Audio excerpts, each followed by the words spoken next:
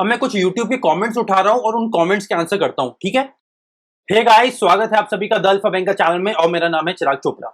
So guys, काफी time से सोच रहा था कि बिगिनर्स के लिए स्पेसिफिक सेशन करना है और इसी के साथ आप लोग का भी इतना डिमांड था, तो आज एक फुल फ्लेज बिगिनर्स के लिए सेशन करते हैं। अब गाइस देखो, आज की क्लास का जो पैटर्न रहने वाला है ना, वो काफी अलग होने वाला है उन बाकी सारी क्लासेस से जो आप ऑलरेडी बिगिनर्स के देख के आए होंगे। अब आई नो कि उन सारी क्लासेस में वही मोटी मोटी बातें होती हैं कि भाई दो पार्ट्स में एग्जाम होता है, प्रीलिम्स मेंस। प्रीलिम्स में क्वांट रीजनिंग इंग्लिश आता है, मेंस में जीके और डिस्क्रिप्टिव में और ऐड हो जाता है। मेंस का लेवल प्रीलिम्स से ज्यादा होता है, क्या सिलेबस होता है, ये वो छोटी मोटी चीजें। एंड आई नो कि ये सब आपको ऑलरेडी पता होंगी।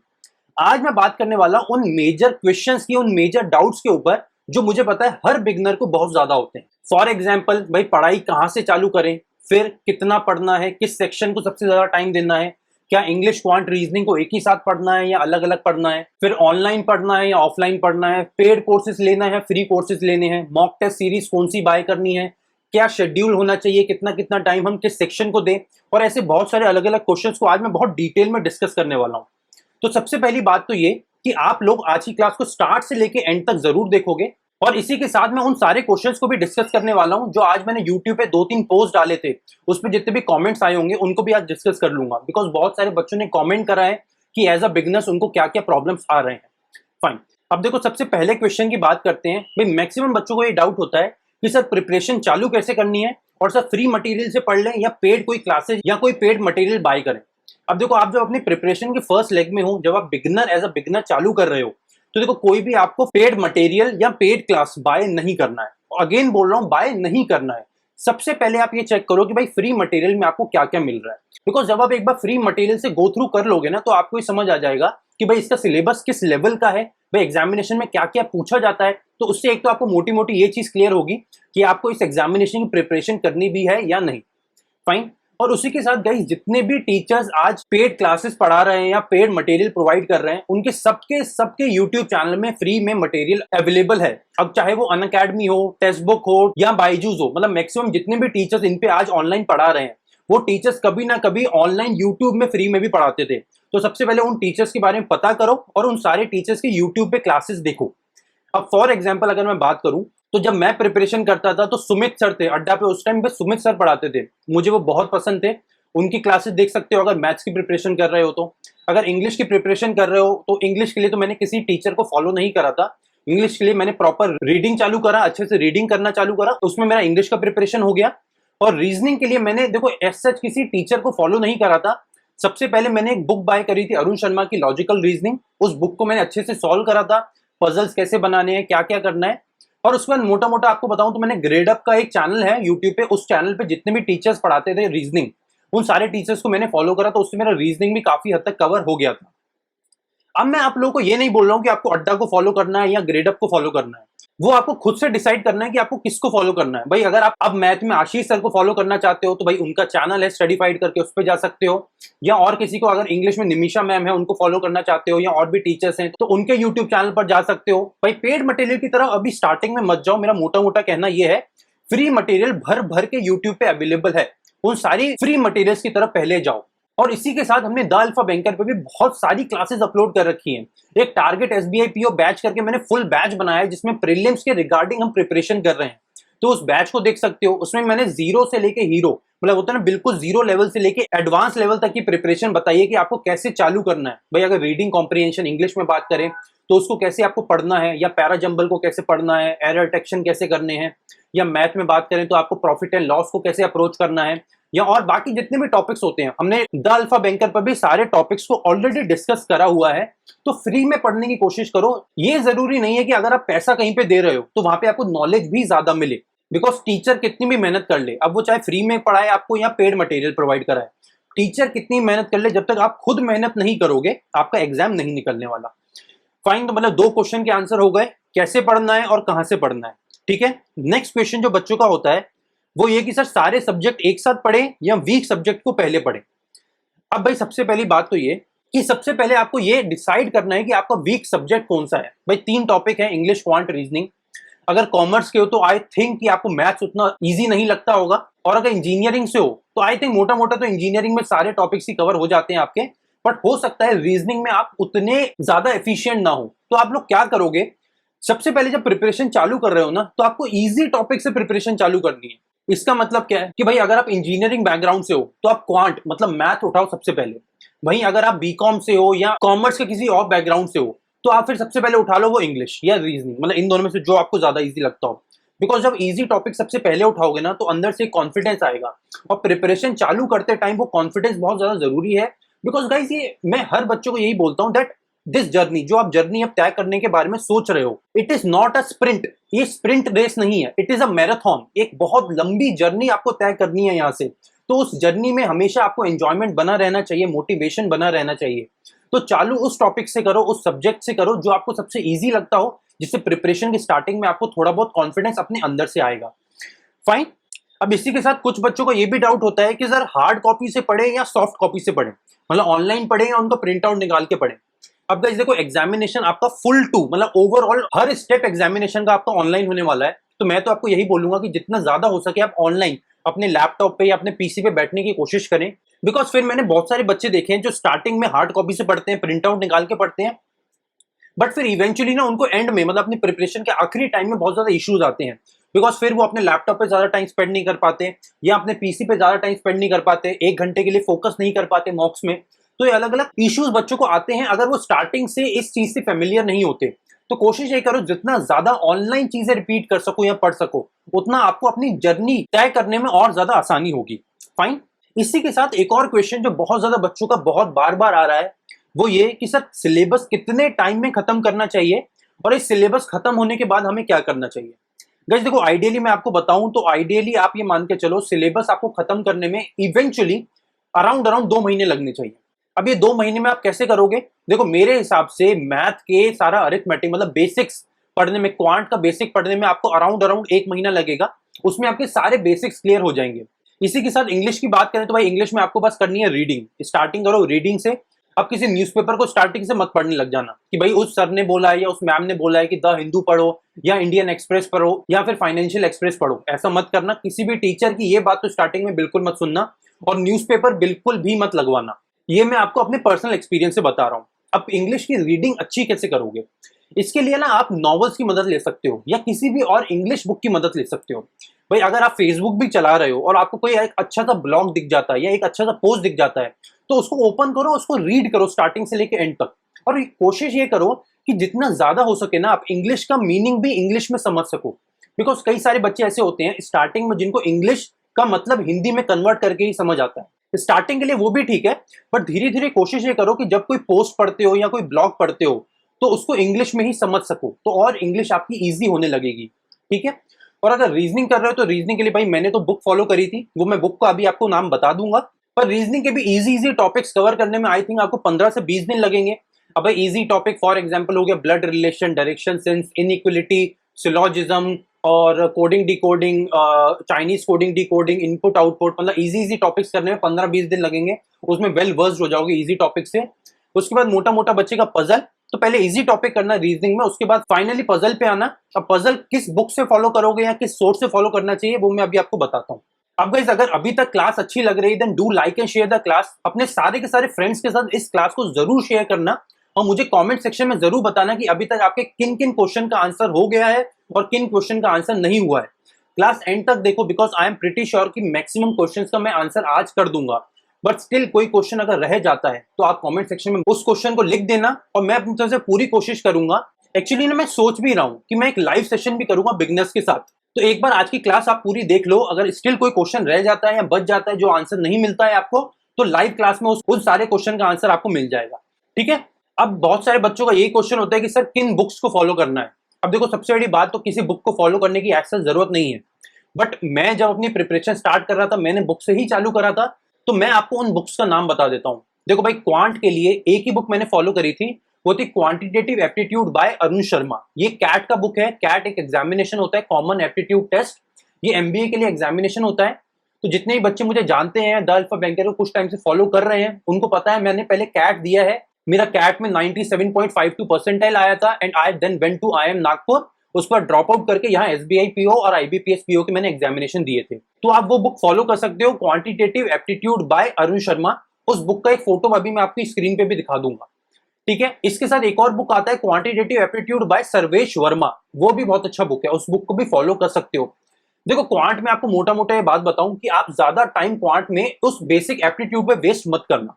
मतलब वेस्ट मत करना मतलब ये नहीं बोल रहा हूं कि पढ़ना मत, बट उस चीज में जो बेसिक आपका एप्टीट्यूड है ना, जो बेसिक आपका अरिथमेटिक है, उस पर आप बेसिक टाइम देना। मतलब आपको बेसिक फॉर्मुलेज पता हो, अगर प्रॉफिट एंड लॉस का क्वेश्चन है, अगर मैं आपके सामने रख दूं, इजी क्वेश्चन रख दूं, तो आपको ये पता हो कौन सा फॉर्मूला लगना है।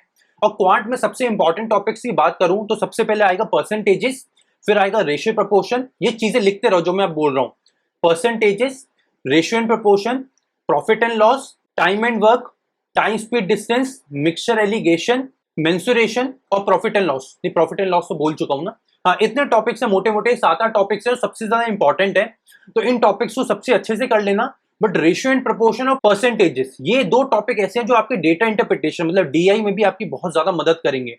तो इन टॉपिक्स को बहुत बहुत अच्छे से करना है। मतलब ऐसा होना चाहिए कि मैं अगर रात को आपको उठा के भी पूछूं ना कि भाई परसेंटेजेस बताओ या रेशियो एंड प्रपोर्शन का कोई क्वेश्चन बताओ, तो आप उठ के ही बोलो हाँ हाँ जल्दी से मुझे क्वेश्चन दे दो। तो उस लेवल पे पहुंचना है आपको इन दो पर्टिकुलर टॉपिक्स में, और बाकी टॉपिक्स भी आपके इतने अच्छे होने चाहिए कि नींद में भी आप उसके क्वेश्चन कर लो। इस लेवल पे पहुंचना है, ठीक है। तो क्वांट के लिए तो वो दो बुक्स फॉलो कर सकते हो, अरुण शर्मा वाली बुक या फिर सर्वेश वर्मा वाली बुक। रीजनिंग के लिए भी मैंने logical reasoning bye Arun Sharma ही फॉलो करी थी कैट के लिए। उस बुक में सारी की सारी पजल्स और ये जो इजी टॉपिक होते हैं, ब्लड रिलेशन, इनपुट आउटपुट, और वो coding D coding, Chinese coding D coding, inequality, direction से सारे कवर हो गए थे, और पजल भी कवर हो गया था। तो उस एक बुक में मेरी पूरी की पूरी रीजनिंग कवर हो गई, तो मेरी सारी टेंशन ही खत्म हो गई थी। तो उस एक बुक को भी फॉलो कर सकते हो। इसके साथ और भी कैट वाले ऑथर्स होते हैं, मतलब जो कैट की प्रिपरेशन कराते हैं ना, उन ऑथर्स की काफी बुक्स आती हैं, तो उनको भी फॉलो कर सकते हो, ठीक है। इसके साथ इंग्लिश का मैं आपको बता ही चुका हूं कि आपको मैक्सिमम रीडिंग करनी है। अब रीडिंग के लिए कोई भी सोर्स कर सकते हो। भाई पूरे दिन इंस्टाग्राम चलाते हो, सबसे पहले तो पूरे दिन इंस्टाग्राम चलाना बंद करना पड़ेगा, स्नैपचैट बंद करना पड़ेगा, फेसबुक बंद करना पड़ेगा। अगर फिर भी यूज करते हो तो इसको अपना स्टडी मटेरियल की तरह यूज करो, और जितनी भी इंग्लिश लिटरेचर या इंग्लिश से रिलेटेड चीजें आती हैं उन सब चीजों को पढ़ना चालू करो। इंग्लिश का अपना कंजप्शन आपको बढ़ाना है, इंग्लिश का रीडिंग मटेरियल और इंग्लिश का रीडिंग टाइम आपको अपने डेली बेसिस पे इंक्रीज करना पड़ेगा, ठीक है। और क्या क्वेश्चंस होते हैं भाई बच्चों के, फ्री मटेरियल कहां से मिलेगा। अब भाई मैं बार बार ये बोल रहा हूं कि भाई आपको फ्री सोर्सेज से पढ़ना है, तो फ्री मटेरियल कहां से मिलेगा, बहुत सारे बच्चों के अभी ये डाउट्स होने वाले हैं। अब देखो अगर YouTube की बात करें तो भाई वो तो अपने फेवरेट टीचर का नाम पकड़ो, उसका नाम YouTube पे डाल दो, उनकी क्लासेस आपको फ्री में मिल जाएंगी। अगर द अल्फा बैंकर से पढ़ना है, टारगेट SBI PO करके पूरा प्लेलिस्ट बना हुआ है, उस प्लेलिस्ट पे जाके अपनी सारी के सारी क्लासेस को देख सकते हो, ठीक है। इसी के साथ बहुत सारे वेबसाइट्स हैं जो आपको फ्री में मटेरियल प्रोवाइड कराते हैं। इसका ना मैंने एक फुल सेशन करा था कि वो 5 बेस्ट वेबसाइट्स जिसपे आपको फ्री अनलिमिटेड कंटेंट मिल सकता है। तो उस सेशन का लिंक मैं इस क्लास के डिस्क्रिप्शन में डाल दूंगा, और उसी के साथ अभी आपको अपनी स्क्रीन पर उसका एक फोटो भी दिखा दूंगा, ठीक है। और क्या क्वेश्चन बचा भाई, हाँ जीके कब से पढ़ना है। भाई देखो जीके प्री के बाद पढ़ना चालू करो, और देखो अब स्टार्टिंग में तो जीके मत पढ़ो, अभी प्रिपरेशन चालू कर रहे हो तो उतना जीके का लोड मत लो। जीके बहुत ईजी आता है, 15 से 20 दिन में आप पूरा जीके कवर कर लोगे। जीके आपको एग्जैक्टली 6 महीने का पढ़ना है, मोटा मोटा बताऊं तो 4 से लेके 6 महीने तक का जीके पढ़ना है। इसके साथ ही साथ आपको बैंकिंग अवेयरनेस पढ़ना होता है। तो देखो एक बार जब आपकी प्रिपरेशन हो जाए, मतलब जो मैं आपको बोल रहा हूँ कि 1.5 महीने या 2 महीने आपको स्टार्टिंग में अपनी प्रिपरेशन में देना पड़ेगा, जब आप वो टाइम दे दो और जब आप मॉक्स के लिए तैयार हो जाओ, उस टाइम आप जीके को साइड बाय साइड पढ़ना भी चालू करो, और जीके में सबसे पहले बैंकिंग अवेयरनेस उठाना। बट स्टार्टिंग में जरूरत नहीं है, एक बार प्रिपरेशन थोड़ा एक अच्छे लेवल पे पहुंच जाए उसके बाद जीके को उठाना, ठीक है। तो आई होप जीके वाला डाउट भी क्लियर हो गया होगा। और क्या क्वेश्चन रह गया भाई। अब भाई कुछ बच्चों को ये लगातार डाउट्स होते हैं कि सब प्री और मेंस की प्रिपरेशन अभी साथ साथ में चालू कर दें या अलग अलग पढ़ें।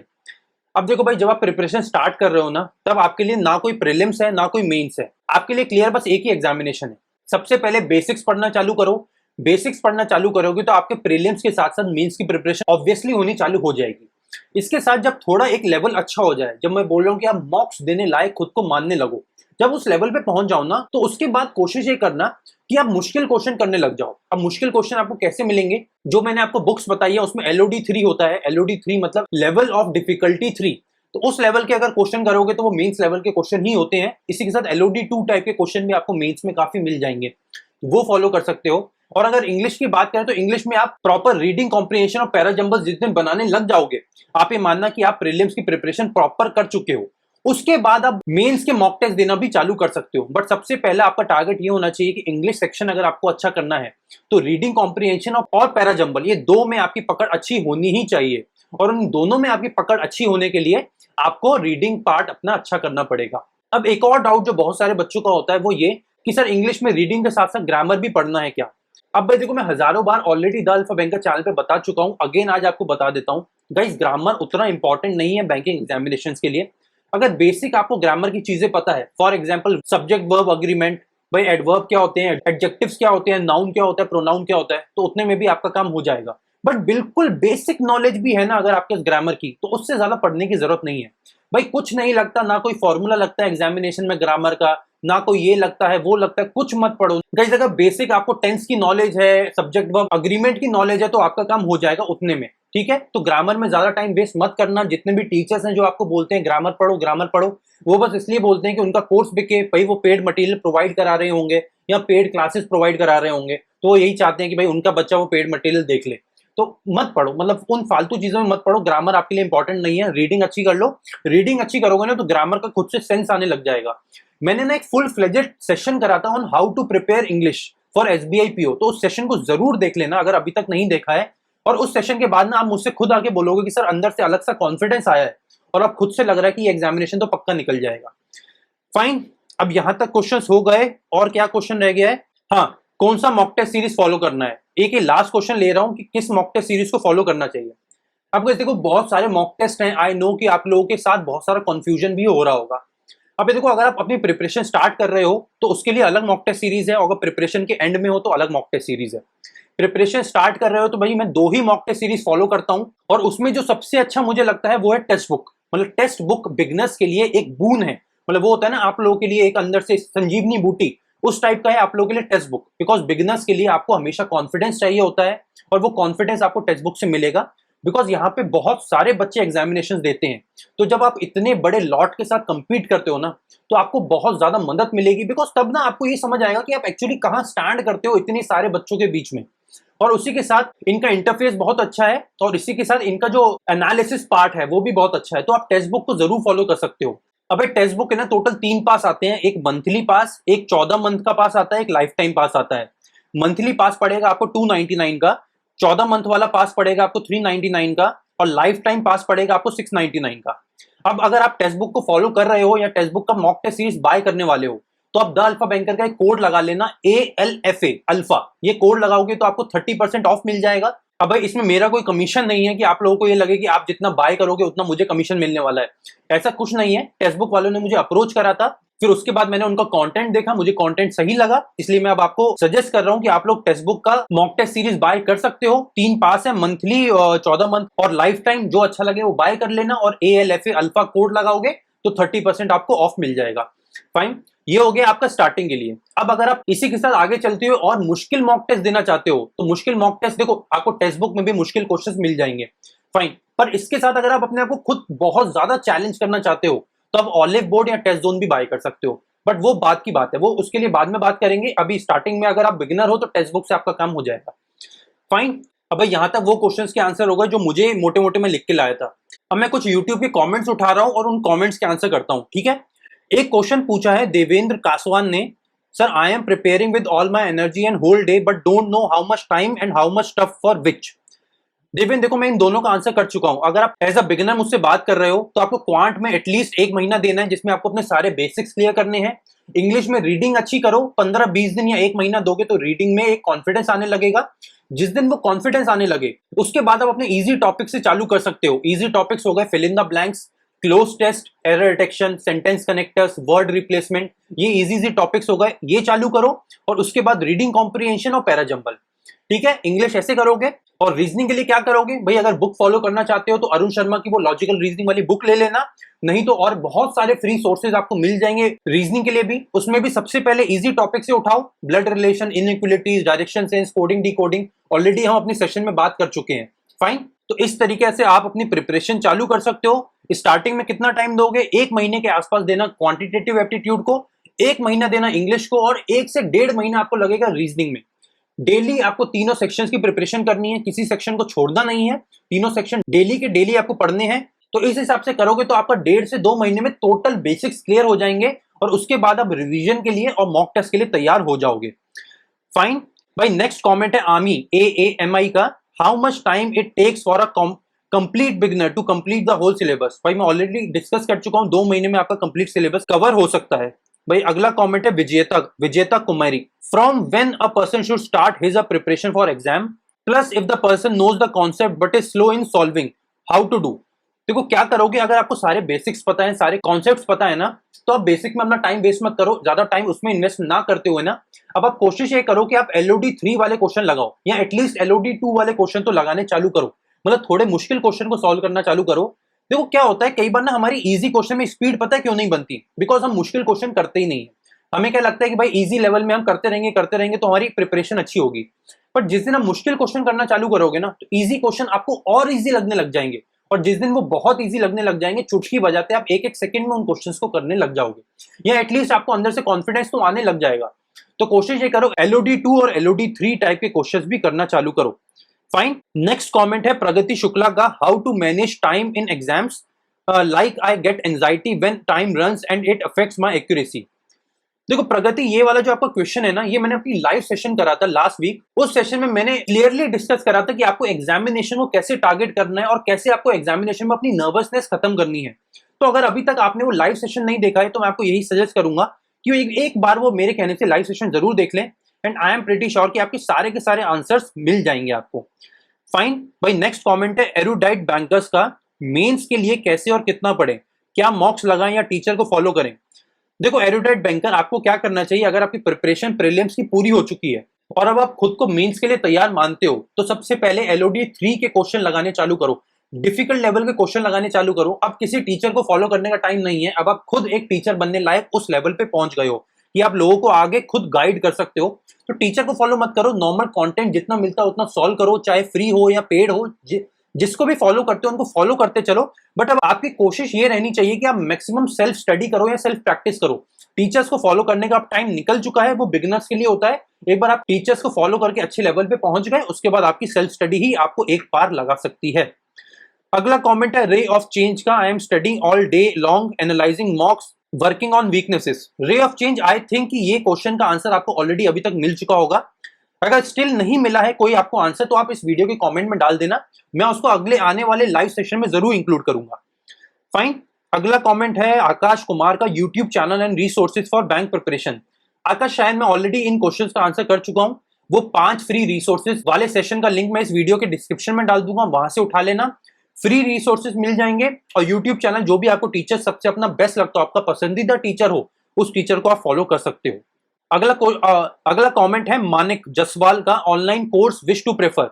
देखो मानिक, मैं बता चुका हूं ऑलरेडी कि आप अगर starting as a beginner start कर रहे हो तो कोई ऑनलाइन कोर्स बाय करने की जरूरत नहीं है। फ्री मटेरियल आपको यूट्यूब पे बहुत इजीली मिल जाएगा, या फ्री मटेरियल, पेड मटेरियल भी आपको टेलीग्राम पे बहुत इजीली मिलता है। तो पैसे खर्च करने के पीछे मत भागो भाई, आपके पैसे नहीं है, पेरेंट्स के पैसे हैं, पेरेंट्स के पैसे बचे रहने दो, आगे आप ही के काम आएंगे। कोशिश ये करो सेल्फ स्टडी ज्यादा करो, खुद से प्रिपरेशन करने के लिए खुद की मेहनत ज्यादा हो, तो फ्री मटेरियल बहुत इजीली आपको मिल जाएगा। फाइन, अब गाइस कमेंट्स बहुत ज्यादा हैं, ये मोटे मोटे मेन टॉपिक्स थे, मेन कमेंट्स थे जो मैंने अभी बताए हैं, जिनका रिप्लाई मैं ऑलरेडी कर चुका हूं। स्टिल गाइस, यहां तक मैंने अपनी तरफ से पूरी कोशिश करी है आप लोगों के सारे क्वेश्चंस का आंसर करने की। अगर स्टिल कोई क्वेश्चन रह जाता है तो आप इस वीडियो के कमेंट सेक्शन में जरूर उस क्वेश्चन को डाल दें, और मैं अपनी तरफ से पूरी कोशिश करूंगा कि आपके हर क्वेश्चन का आंसर हो सके। और अगर क्वेश्चन बहुत ज्यादा हुए तो कोशिश करेंगे कि जल्दी से जल्दी इस वीकेंड पे ही एक लाइव सेशन ले सकूं बिगनर्स के लिए, जिसमें आपके बचे हुए क्वेश्चन का आंसर भी दे सकूं। Fine guys, do let me know कि आप लोगों को आज का सेशन कैसा लगा। अगर पसंद आया then do like the session and do share the session.